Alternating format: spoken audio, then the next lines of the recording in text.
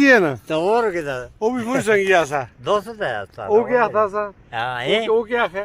ते आखा तो मारी ना वादा कीता चला तू ना है हाँ ते मड़ा हाल है तकरीबन ते हुन मैं थोड़े घर जुला छावेगा रे बस मैं ना जुलदा आखा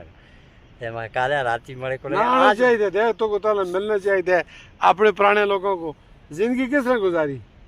ना हुन वेला हुन वेले हुन तो सा गाल करा देखो चला मुलाकात करने आस्ते कैसे टाइम से आ जुला इंशाल्लाह तले माड़ा लारी अड़े में दफ्तर है ते तुस तवे आओ ही तुस तक अखबार अखबार ना काम यहाँ हुई है तो थांदा करना कोई लारी अड्डे विच है लारी अड़े में कोई मसला मुश्किल कोई परेशानी हुआ मैं तावेदार हूं मैं नौकर जणा ते उस कोई मुलाकात करा तुसी तो तू इंशाल्लाह आवे मैं तो बिल्कुल लारी अड़े कैसे को पूछ अखबार वाला मेरा से गुजार बच्चा बच्चा सियाण दे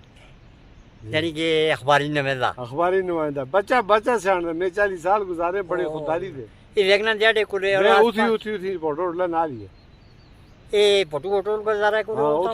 उठी तुसी कैसे को पूछो ते के दफ्तर उस सामने बड़ा ने पूछ किन सो तो पूछ ते मुलाकात करसा सवारी इंशाल्लाह तेरे शरांदा देते ते कुरे आदमी खोड़ छोड़ के इनका आवे सार दिन त्यारे सब कुछ था ना खोड़ियां हैं ना तो इंशाल्लाह छोड़िए अपनी लखन रुपए शुक्र है फिर देखना आदमी चटनी छटली आसे और के शौक होंदी वो जमो चाला दे फजल है खोड़ शौक होंदी है अफजलो तो दुआ करी तो अल्लाह बख्शे ते इंसान आजिज है मुझको बड़ा तरस आया मैं के बाबा बैठा था गोडी करता या अल्लाह इसको के गाल कमजोर हो गया